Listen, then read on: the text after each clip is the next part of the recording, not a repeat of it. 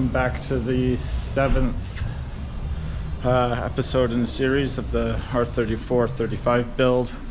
I'm going to tackle the front subframe assembly today, which is going to be a bit tricky. Got to hold the engine up in place while I drop the subframe so the engine doesn't fall out. This is the new lightweight subframe, and I'm already got the sway bar off and working on bracing the engine, and then I can start taking things apart underneath. Just gonna throw you on a time lapse and we'll get through this.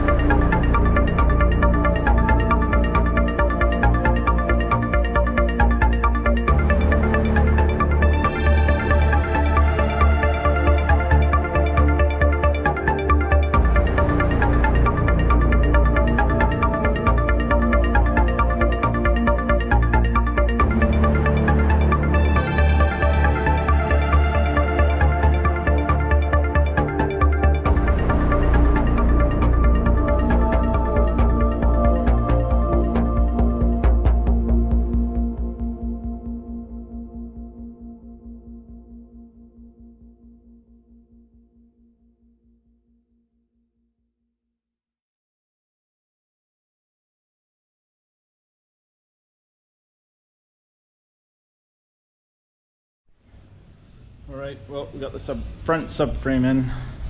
There's the old one. Surprisingly heavy.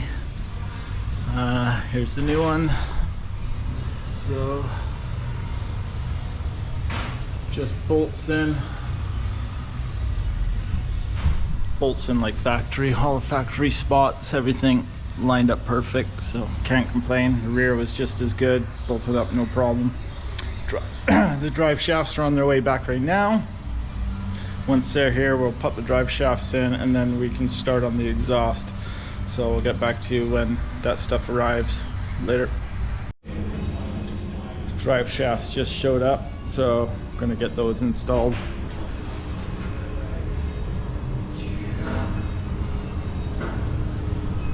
Big thanks to Pat's Driveline out in Port Kells for knocking that out. Get these up in the car.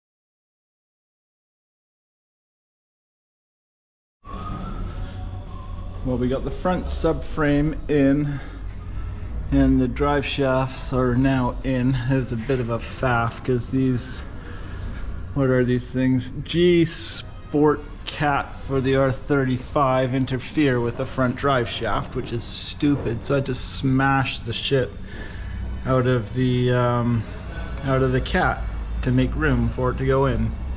Anyway, here's the front. The front drive shaft is here, and here's the cat, and that's what I had to smash.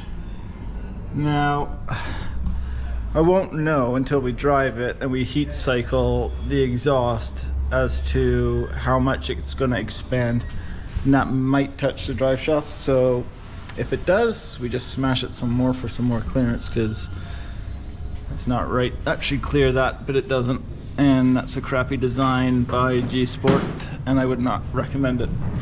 Anyway, the drive shafts are in, and I've got the R35 aftermarket titanium exhaust in. So this is where the body was shortened, and I had to shorten this section of the exhaust by the 4.56 inches. Here's all the parts I didn't use. So I got some spare titanium now, because the way the R35 is, the exhaust would have been too wide for the rear bumper of this car, and the tips just look massive on a 34. It doesn't look good. So I chopped those up. I used the mufflers and did some tie welding and made a twin downturn exhaust. So I still got to do a hanger, so don't mind the zip tie in the way. So we come back, we are basically stock R35 till this point. I cut it here, had to do a few pies. We got a clamp here, and then this is the twin mufflers that were on that over there, and then we did a twin downturn. I still gotta dress these up a bit more, get them flush. Gotta make a hanger that bolts in here, that picks this up so it doesn't move around. But as you can see, the exhaust is pretty much done. Made a little AMT titanium placard there, which is, why not? I mean, it's kind of cool.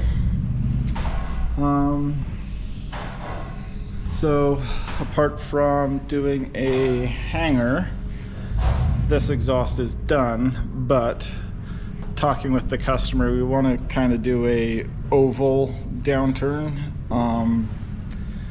So we might change out the rear section, but that's fine because we can use this for something else, and then just make a stainless one that bolts on here, because I can't find the pie cuts in titanium in a oval, but I can in a stainless. So we might do a stainless muffler with stainless downturns, but for now we're gonna run with the titanium because it's done, it's on, and why not? It should sound pretty darn good. We've got the wheel sizes pretty much calculated, and those are going to be custom made, and we got to source the tires yet. I can put this on the ground and move it, but I can't turn it with the factory wheels because they're just way too big, and they're going to hit the fender right there. So we got to run 18s with a smaller diameter overall, and then we can clear that. I already trimmed this side for tire clearance, and I've test fitted 18s and it clears with no rubbing, so we're good to go there. All right, catch up with you tomorrow. Oh, it's a hot one today. It's like 34 degrees outside right now, so inside the shop I'm probably closer to like 40, so it's a sweat bath in here, but Getting some stuff done, making this thing look pretty damn OEM. I've got here are the R35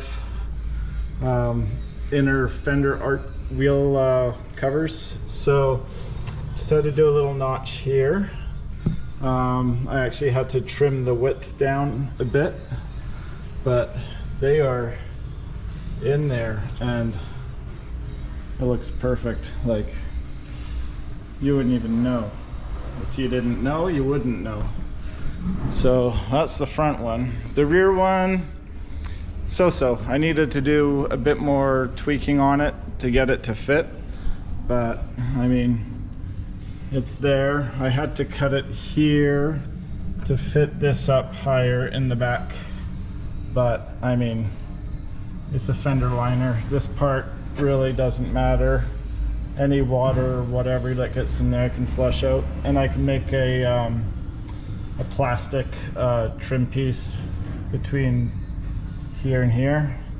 So I'll probably do that anyway. That's relatively simple. And what else? Oh, I got the passenger skirt is now on. This stuff will all get reworked at the body shop anyway, make it look nicer.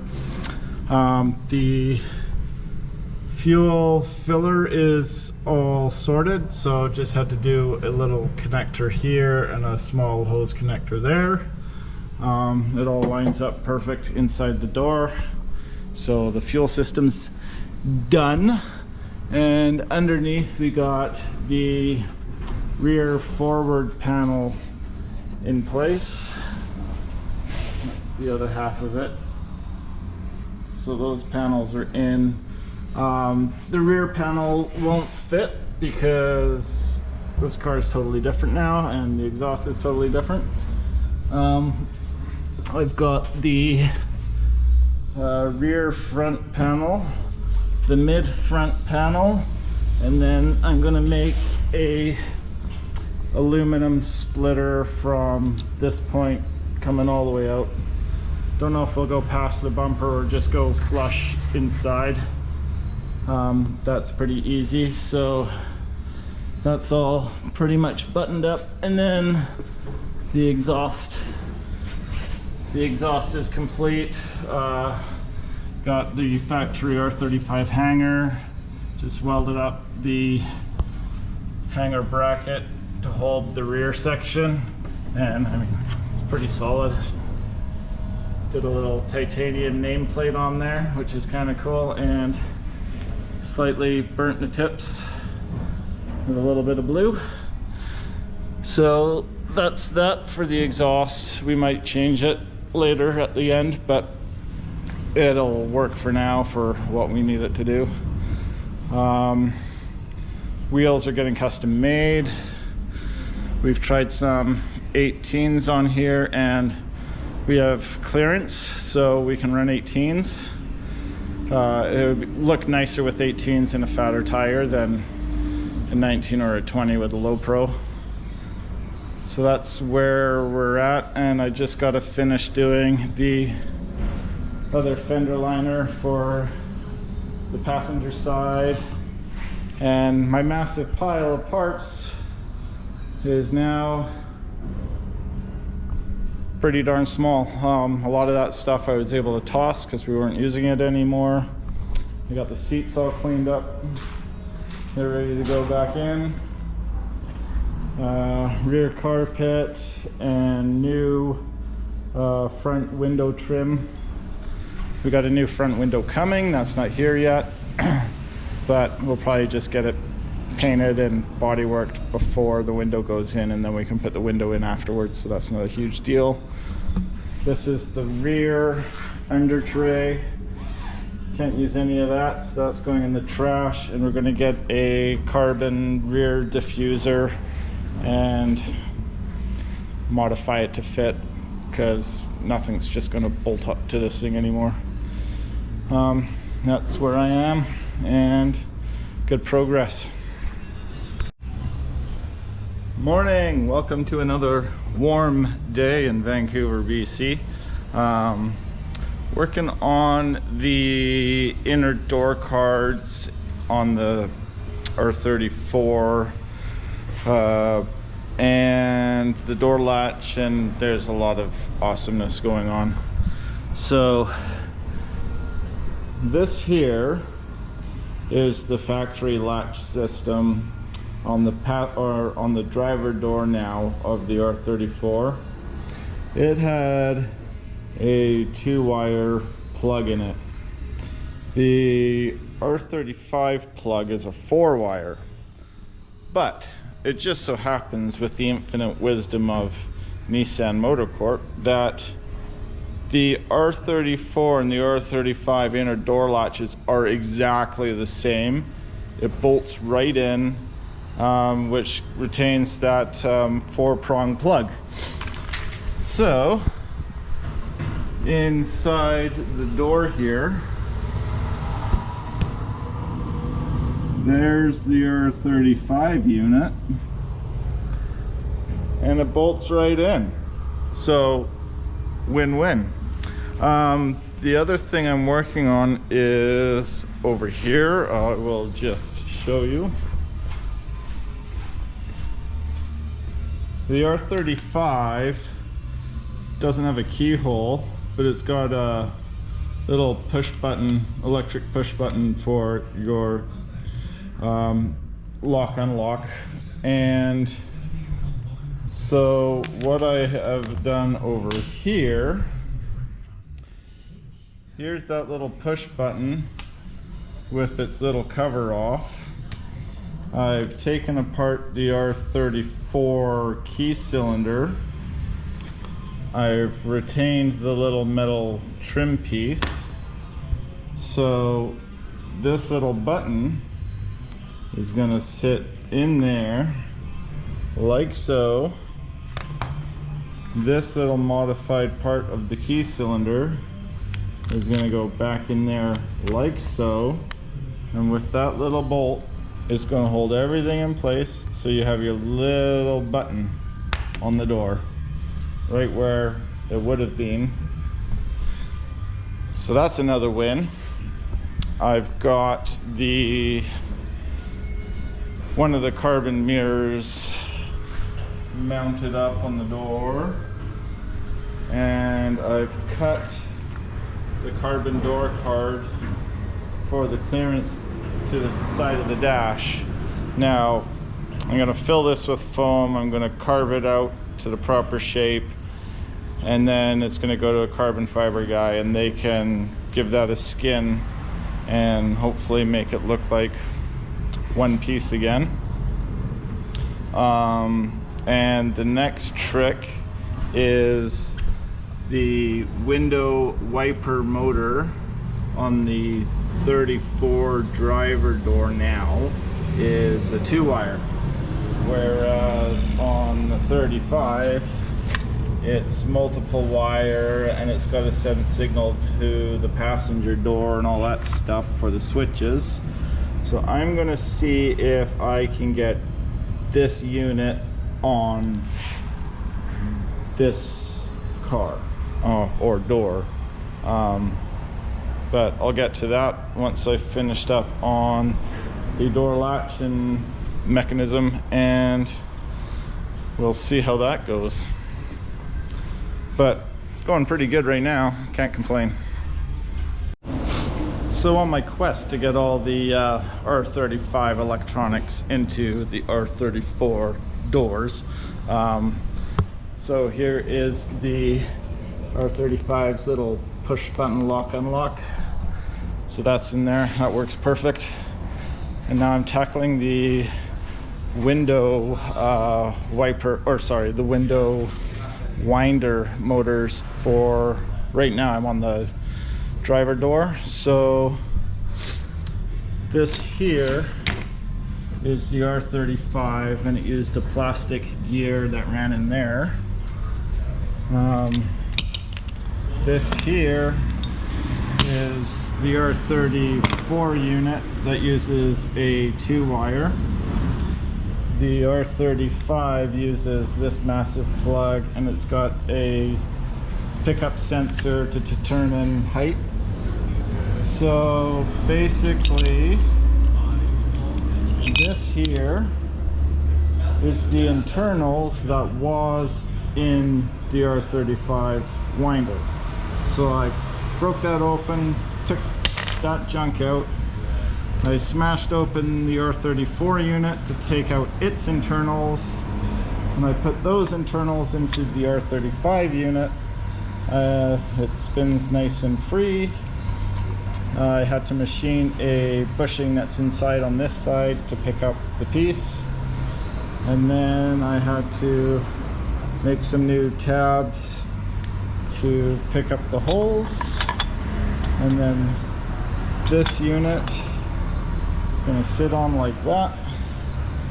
It's going to bolt right in place, and hopefully it's going to work perfectly. So I'm going to finish buttoning this up, putting it back together, getting it in the car, and we will test it shortly, but not right away.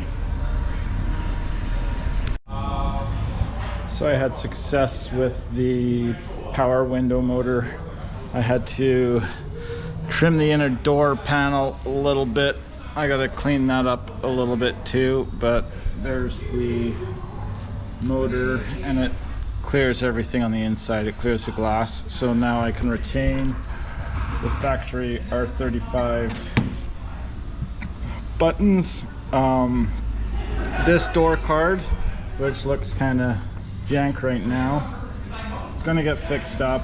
I gotta foam this in, carve it down, and then I'm going to find a carbon fiber guy that can basically do a blend or even do a fabric panel on the front. This is the tweeter from the R35. I've mounted this up to the R34 pillar. The only downside to that is when the door is closed, you don't really get much out of it, but you can always turn up the tweeter to make that work. So this is how close I am right now with my cuts. So door card's darn close to matching up, which is good. Again, this stuff is all going to get trimmed pretty soon down the road.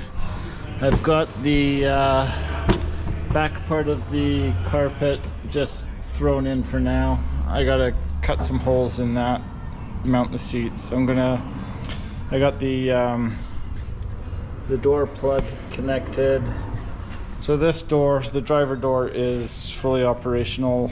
I need to plug in all the other electronics, finish the passenger door, and then I can test the function of everything. Here's that little push button from the R35. I've made it work in the door cylinder of the 34.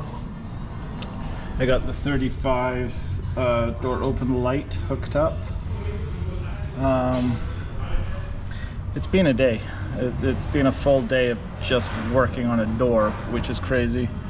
And I'm gonna save the other side for next week, and that's where I'm gonna leave you for now.